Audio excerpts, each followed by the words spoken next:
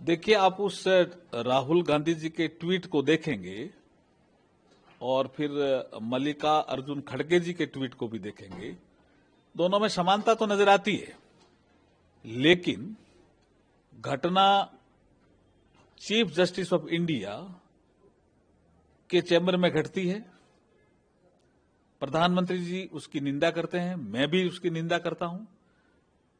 हरियाणा में एक आईपीएस की आत्महत्या का मामला आता है, सरकार तुरंत कार्रवाई करती है।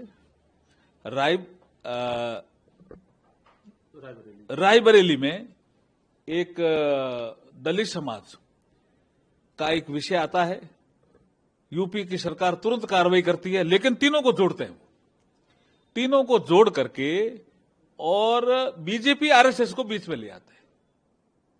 ये जो एक घृणित मानसिकता जो राहुल गांधी जी के इस ट्वीट में दिखने को मिली है, हरियाणा सरकार ने भी तुरंत कार्रवाई की, यूपी सरकार ने भी तुरंत कार्रवाई की।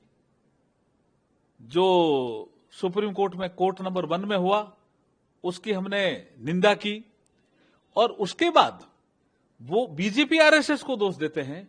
ये उनकी कथनी और करनी का फर्क है, और वो आदतन ऐसा करते हैं जिसकी हम निंदा करते हैं।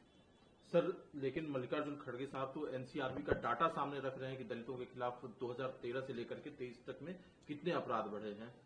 देखिए, डेटा उनके पीरियड का भी लेके हम बैठ सकते हैं, डेटा की तुलना उनको करनी चाहिए।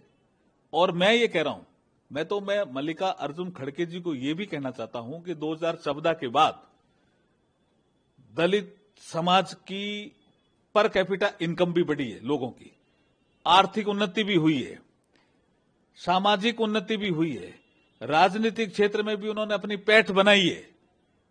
उनको दिखता नहीं है क्या कि गांव में कोई कच्चा मकान है तो अगर पक्का किसी ने बनाया तो नरेंद्र मोदी जी ने।